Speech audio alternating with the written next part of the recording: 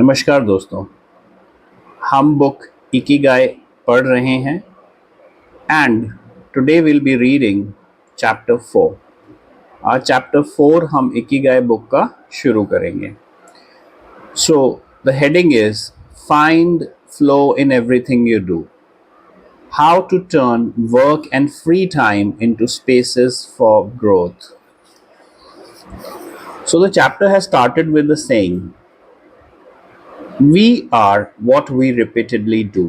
Excellence, then, is not an act but a habit. By Aristotle.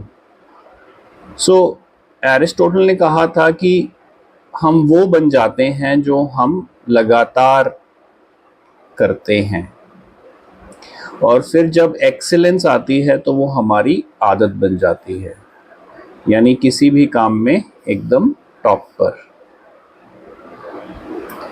Going with the flow. Imagine you are skiing down one of your favorite slopes. Powdery snow flies up on both sides of you like white sand. Conditions are perfect. You are entirely focused on skiing as well as you can. You know exactly how to move at each moment. There is no future, no past. There is only the present. You feel the snow, your skies, your body, and your consciousness united as a single entity. You're completely immersed in the experience, not thinking about or distracted by anything else. Your ego dissolves and you become part of what you're doing. So यहाँ पे जो author हैं वो कह रहे हैं कि आप इमेजिन करिए, कल्पना करिए कि आप स्कीइंग कर रहे हैं, दोनों तरफ वाइट सैंड है, इनसे उसका मतलब स्नो है, कंडीशंस एकदम परफेक्ट हैं, आपका जो पूरा फोकस है वो इसी प्रक्रिया पे है, स्कीइंग पर है, और आपको ये भी पता लग रहा है कि आप किस तरीके से जो अपनी बॉडी को मूव कर रहे हैं, आपको पूरे उसी प्रेजेंट मोमेंट में, वर्तमान में पता लग रहा है। यहाँ पे आप नहीं सोच रहे हैं फ्यूचर की या पास्ट की, आप फील कर रहे हैं जो भी आपने गियर यूज़ किया हुआ है, आप फील कर रहे हैं स्नो को, बर्फ़ को, आप फील कर रहे हैं अपनी बॉडी को और अपनी कॉन्शियसनेस को, वो सभी एक हो जाते हैं। आप इस एक्सपीरियंस में इतना खो जाते हैं कि आपको कोई भी चीज़ डिस्ट्रैक्ट नहीं कर सकती या नहीं करती। आप वही प्रक्रिया जो कर रहे हैं, बस उसी पे आपका ध्यान होता है। So that is what we call going with the flow.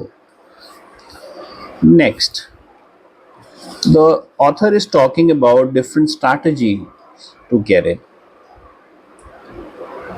So, first strategy जो है, that is choose a difficult task but not too difficult. So Schaffer's model encourages us to take a task that we have a chance of completing but that are slightly outside our comfort zone. So जो शाफर model है वो हमें प्रोत्साहित करता है कि हम कोई ऐसा काम करें जो हमारे कंफर्ट जोन, यानी जो भी हमारा आरामदेह जोन है, उससे हम बाहर निकलें। Every task, sport or job has a set of rules and we need a set of skills to follow them. If the rules for completing a task or achieving a purpose are too basic relative to our skill set, we will likely get bored. Activities that are too easy lead to apathy. So, author यहाँ पे कह रहे हैं कि जो भी हम task, कोई भी स्पोर्ट्स खेलते हैं या कोई भी जॉब करते हैं, हमें एक पर्टिकुलर स्किल्स चाहिए होती हैं वो सब काम करने के लिए। बेसिक स्किल सभी के पास होती हैं और जल्दी ही हम उनसे बोर होने लगते हैं, क्योंकि वो एक्टिविटीज़, जो भी हम टास्क करते हैं, वो हमारे लिए बहुत ही ईजी प्रतीत होती हैं, बहुत ही आसान प्रतीत होती हैं।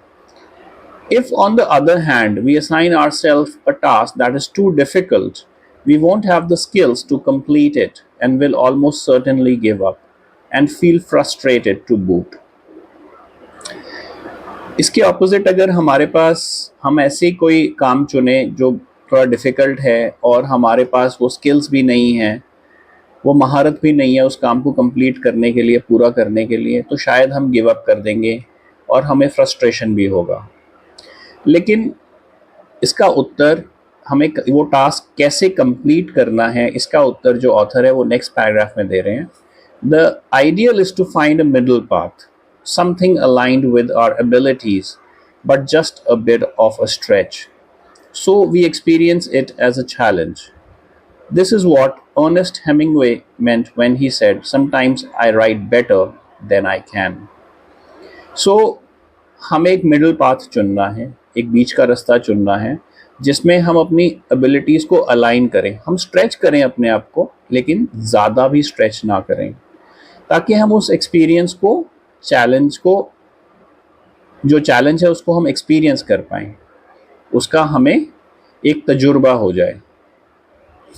तो यहाँ पे उन्होंने अर्नेस्ट का एग्जाम्पल दिया, जिन्होंने कहा था sometimes I write better than I can, मतलब मैं कई बार जो लिखता हूँ उससे भी अच्छा लिख सकता हूँ. सो यहाँ पे ऑथर ने कंफर्ट जोन से बाहर आने की बात कही है, लेकिन ये भी कहा है साथ साथ कि हमें कोई बीच का रास्ता निकालना चाहिए जिससे हम ज़्यादा अपने आप को स्ट्रेच ना करें, उतना ही स्ट्रेच करें कि वो हम काम एज अ चैलेंज ले सकें और उसको कंप्लीट कर सकें. Next strategy is strategy 2, that is have a clear concrete objective. Video games played in moderation, board games and sports are great way to achieve flow because the objective tends to be very clear. Beat your rival or your rival record while following a set of explicitly defined rules. Unfortunately, objective isn't clear in most situations. जब हम video game खेलते हैं moderation में, ज़्यादा नहीं, board games खेलते हैं, कोई भी स्पोर्ट्स खेलते हैं, तो वो फ्लो की स्टेट में ही चलता है, बिकॉज हमें अपना ऑब्जेक्टिव पता होता है कि हमें या तो जो अपना प्रतिद्वंदी है, जो हमारे सामने ओपोनेंट है, उसको हराना है, अपने राइवल को, और या फिर उसका रिकॉर्ड बीट करना है. सो क्लैरिटी इज़ देयर कि हमारा जो मकसद है वो क्लियर होता है, बट हर जगह ये क्लैरिटी नहीं होती है.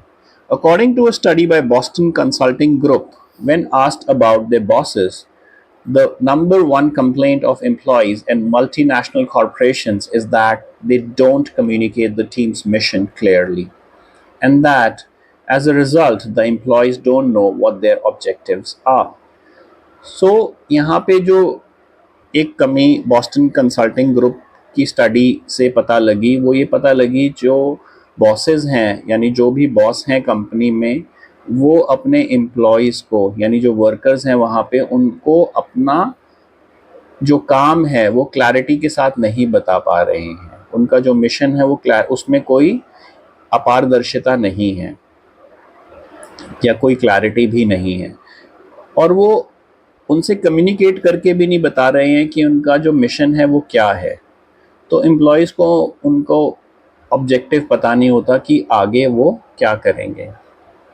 What often happens, especially in big companies, is that the executive get lost in the details of obsessive planning, creating strategies to hide the fact that they don't have a clear objective. It's like heading out to sea with a map but no destination. So यहाँ पे एक बहुत अच्छा example दिया है कि बड़ी कंपनियों में क्या होता है कि जो एग्जीक्यूटिव्स होते हैं दे फील लॉस्ट. क्यों? क्योंकि उनके पास एक बहुत बड़ा प्लान होता है, स्ट्रैटेजीज करते हैं, लेकिन कोई क्लियर ऑब्जेक्टिव नहीं होता कि यहाँ तक हमें पहुँचना है, मतलब कोई डेस्टिनेशन का पता नहीं होता. सो एक इसमें ऑथर ने एक एग्जाम्पल भी दिया है कि जैसे कि हम सी में जा रहे हैं, एक जर्नी के जा रहे हैं, सी जर्नी पे हमारे पास मैप तो है, लेकिन हमें डेस्टिनेशन का नहीं पता कि मंजिल कहाँ पर है, हमें कहाँ पहुँचना है. So this was strategy 2. The strategy 3 is concentrate on a single task. This is perhaps one of the greatest obstacles we face today. With so much technology and so many distractions, we are listening to a video on YouTube while writing an email. तो यहाँ पे author कह रहे हैं कि हमारे पास बहुत सारी डिस्ट्रैक्शंस हैं आजकल, और हम मल्टीटास्किंग बनना चाहते हैं eight the same time. Example उन्होंने दिया है कि हम यूट्यूब पे कोई वीडियो देख रहे हैं और साथ साथ कोई ईमेल भी लिख रहे हैं. When suddenly a chat prompt pops up and we answer it, तभी कोई चैट भी आ रही है और हम उसको आंसर भी कर रहे हैं. Then our smartphone vibrates in a pocket. Just as soon as we respond to the message, we are back at our computer logging on to Facebook. So एक ही समय में हम काफ़ी जगह लॉग इन हैं और हम अपना टास्क जो है वो कंप्लीट करने की कोशिश कर रहे हैं, but at the same time we are trying to be multitasking. We often think that combining tasks will save us time, but scientific evidence shows that it has the opposite effect. हमें लगता है कि हम अपने जो भी काम है इकट्ठे कर लेंगे, साथ साथ कर लेंगे, लेकिन एक साइंटिफिक प्रूफ है, एविडेंस है जो हमें बताता है कि इसका उल्टा ही होता है. Even those who claim to be good at multitasking are not very productive. तो जो लोग मल्टीटास्किंग में बहुत अच्छा होते हैं, अच्छा करते हैं, यानी एक से ज़्यादा टास्क वो कर लेते हैं, वो भी ज़्यादा प्रोडक्टिव नहीं होते हैं. In fact they are some of the least productive people. Means they are very, I mean वो प्रोडक्टिविटी उनकी काफ़ी लो हो जाती है. So this is the second thing. So we should take one thing, we should do one thing at a time. एक समय पे एक ही काम, इसका मतलब ये है. So next here author is talking about the next important point is flow in Japan. Takumis, engineers, geniuses and otakus. What do takumis, talking about artisans who are creative people, engineers, inventors and otakus, fans of anime and manga, have in common? They all understand the importance of flowing with the ikigai at all times. So here we are talking about all these people और उनको इतनी importance क्यों दी जाती है and how do they concentrate and focus on their work.